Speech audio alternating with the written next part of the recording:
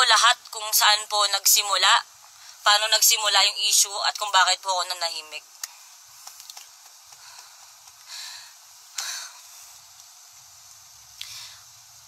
So, ganito po yung nangyari.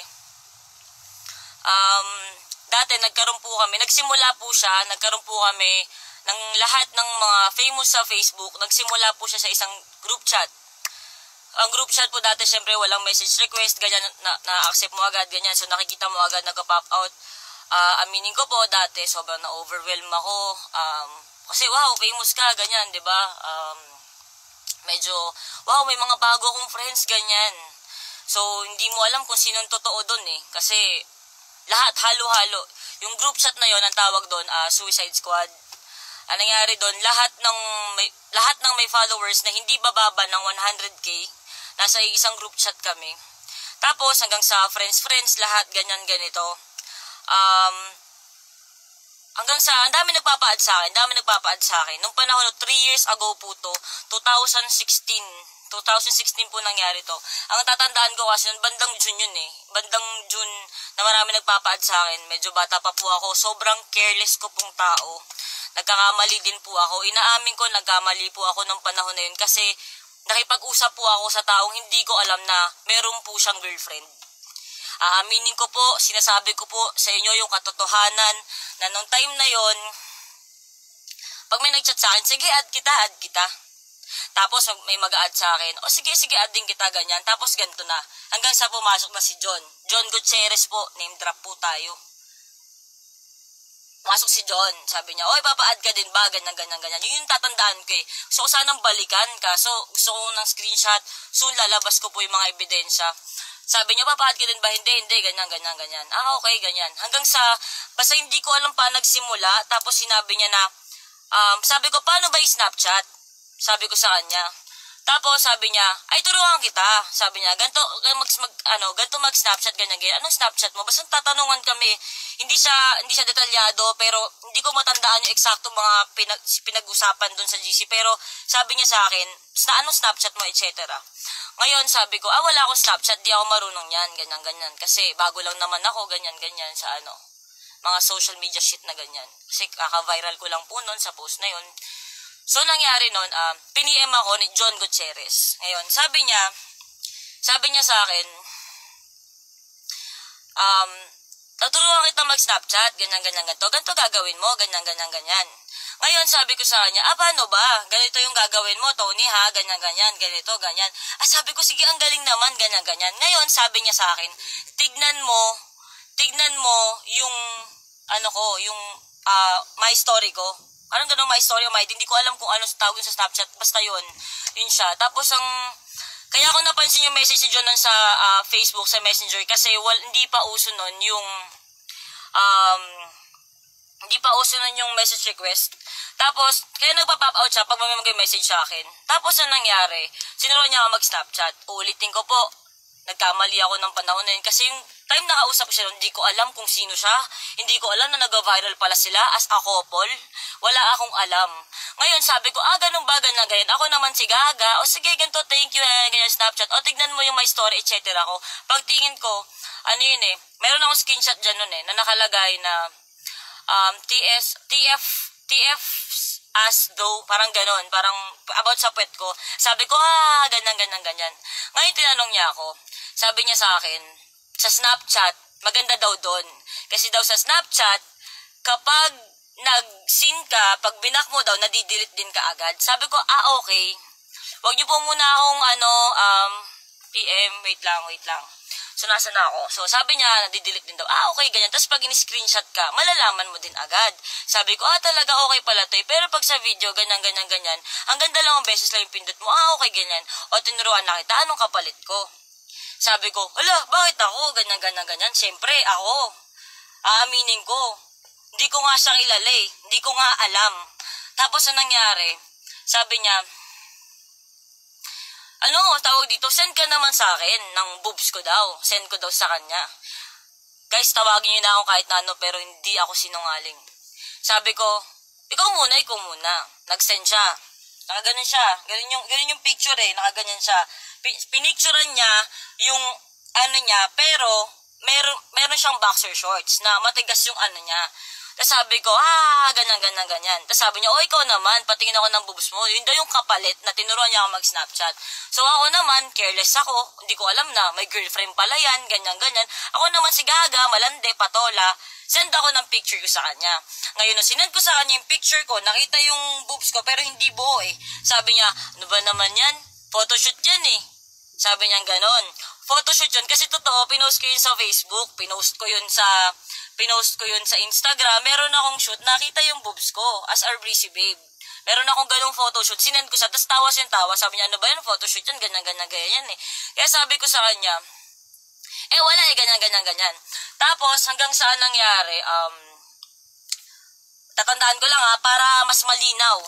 Ngayon, ang nangyari, pagkatapos namin magsenda ng ganon, ako naman, so careless lang ako, wala akong pakialam. Magsisend siya sa akin ng mga kung ano-ano. Ako din naman, sige, send ako sa kanya, wala. Wapakils ako ganyan. Hanggang sa nung nangyari na, basta parang hindi ko na siya biglang pinansin. Parang yun lang, amo na yun, parang chat lang naman yun, parang ganon lang eh. Parang ganun lang, wala lang. Ang tanga ko lang talaga, sobrang tanga ko sa part na yun na yung kausap ko, sige, famous tayo, pare, tropa tayo. Hindi ko man lang inisip na, Tony, naglalandi kang Gaga ka, nakikipagsenda ka ng ganyan, pero photoshoot naman, tapos putang ina, nagsisend ka ng ganyan, may shota pala yung tao.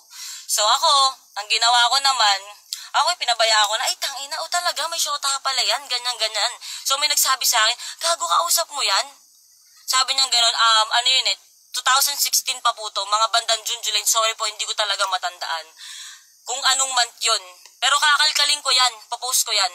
Tapos, pagkatapos ng nangyari yun, okay na, hindi ko siya pinapansin, may shota pala to, tangina, nakikipagkulitan pa ako dito, di ba? So, inaamin ko po guys, uulitin ko po ang katotohanan, naging careless ako, inaamin ko, hindi ko inalam kung sino ba tong kausap ko, ganyan lang ako. So, anong nangyari? Siyempre, overwhelmed ako. Tangina, mga famous kasama ko. Alright, nilalamo ng sistema. Mga putang inang followers yan. Diba? Anong nangyari? Pinabaya ako na siya in shit and ganyan. Dumating na yung birthday ko. Nag-birthday ako, July yun. Siyempre, yun yung alam ko. Birthday ko yun, diba? So, ang ginawa niya, meron akong gift sa'yo. Nag-Snapchat na naman siya. Sabi ko, ano yun? Tapos ang ginawa niya, nag-send siya ng video. John Gutierrez, nag-send ka sa akin ng video na nagjajakol ka, tapos pinutok mo sa sink. Sabi ko, wow, ang galing naman. Sabi ko gano'n, ang galing naman. Tawa ako ng tawa. Tapos sabi niya, birthday gift ko yun sa'yo. Tapos pinlay ko ulit. Pero natatawa ako kasi totoo, ganun talaga. So sabi ko, anyway, ganun, patatawa ako, tayo na birthday gift, wawang shit mo naman. Kasi nagjajakol ka, diba? Tapos, mo, pinutok mo sa sink, diba? So sabi ko, ganyan. After nun, hindi ko ulit siya kinausap. Hanggang sa tumagal na yung panahon, ganyan. Minsan nangangamo siya, okay lang ako, ganyan, sige, bye-bye, ganyan. Sige, okay lang, kamusta ka naman, patingin ulit ako ng ganito mo, send ka ulit ng ganyan. Lagi niya akong pinipilit mag-send sa kanya ng kung ano-ano. Pagkatapos nun, nangyari na mayroong party, hindi ko alam kung si John ba ang may birthday nun. Si John may birthday nun eh, kasi iba pa yung celebration niya sa Obli. So, parang nangyari, nasa Oblivion kami ng family ko. Okay? Sa family ko, nasa kabilang side kami, pagpasok mo ng Obli, andun kami ng buong pamilya ko. Pamilya ko yung kasama ko. Nagulat ako, lahat ng mga famous, etc. biglang dumaan sa harap namin ng pamilya ko. Pumunta ako doon, hindi dahil sa family shit ko. Ay, hindi, sandali, may nakalimutan ako. Wait lang. Bago pala nangyari yon, bago nangyari na nalaman ko na may jowa si Gago, ito yung nangyari pala. Ibabalik ko lang kasi baka may makalimutan ako eh. Ulitin ko, nag-Snapchat kami, hindi na kami nag-usap. Tapos, active pa rin kami sa GC. Tapos, nung active kami sa GC, nagsasabi yung iba na nasa Obli sila. Nasa Obli daw silang lahat. So ako naman, may pupuntahan dapat ako sa En-Route Timog. Ewan ko, En-Route, correct nyo ako, mga putang ina nyo. Diba? Galit na galit kayo sa akin sa lahat ng pagkakamali ko. So, anong nangyari, bago ako pumunta doon, sabi sa akin, daan ka muna dito. Hindi ko na alam kung sino nag-chat na mga yun kasi ang dami talaga namin sa GC. So, dumaan ako ng Obli.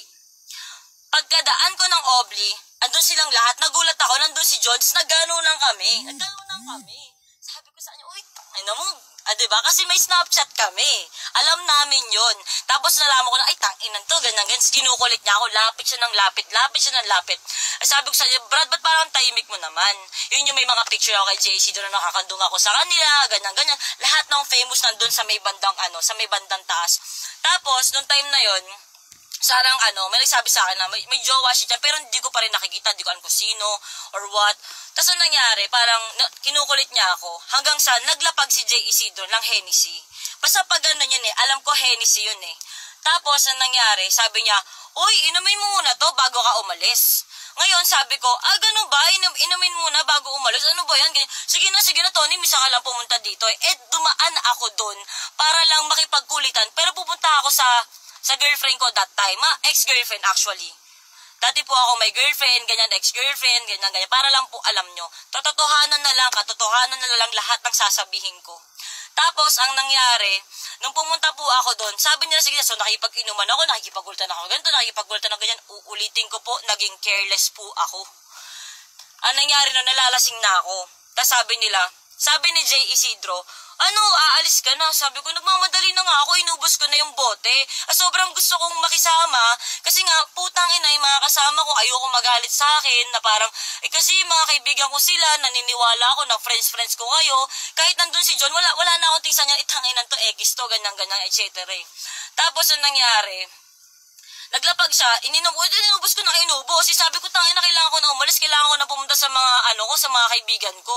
Ngayon, sabi niya, sige na, Tony, kinukulit ako ng iba. Sabi pa ni JC doon, sige, maglalapag ako, pero iinom ka ulit. Kami naman ni JC friends kami, pero no time din hindi pa. Ngayon sabi niya, sige, mag-inom ka muna dyan, ganyan. So naglapag pa sila ng isa. Sabi nila, tangina, hindi ko yan bubuksan kasi mahal daw yung alak pag hindi ako uminom. Ako naman si tanga. Ano ba yan? Sige na nga, pakisama, ganyan, etc.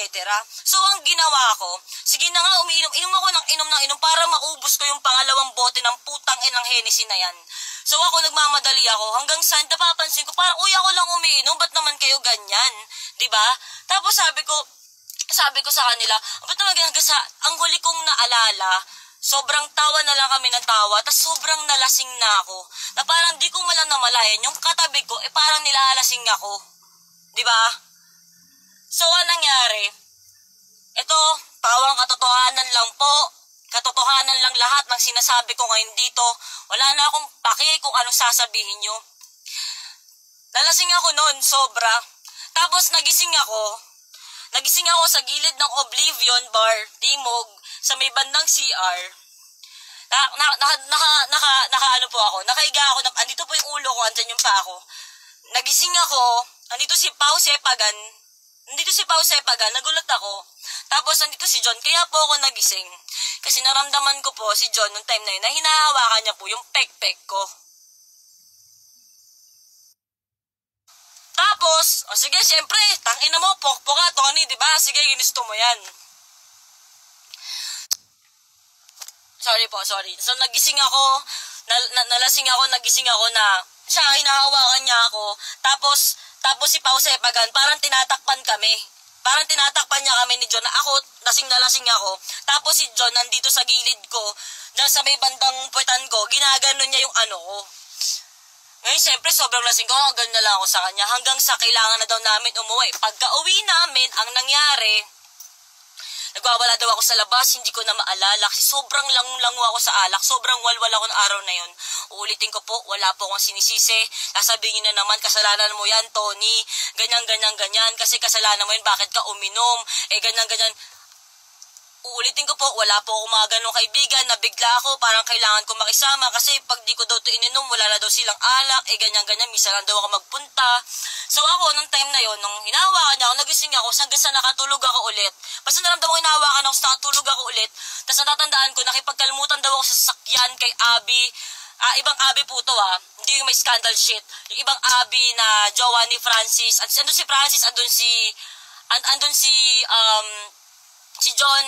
Tapos may si Pao Sepagan nandun, magkakasama kami sa sasakyan. Hanggang sa hinatid ako pa uwi. Yun po yung tatandaan ko. Yun lang po yung natatandaan ko. Ang dami pa nila kinukwento sa akin na nakipag-away daw ako sa magtataho. Ganyan, hindi ko na po alam. Basta inabot po kami ng umaga. So, dun po nagsimula lahat yun. After nun, Siyempre, nagkaroon ako ng pagising ko, putang ina, tanga ako, nilasing ako, tang ina, ano ako, tang ina na ganun ako. Pero wala pong nangyari nun. Hanggang sa ano nangyari,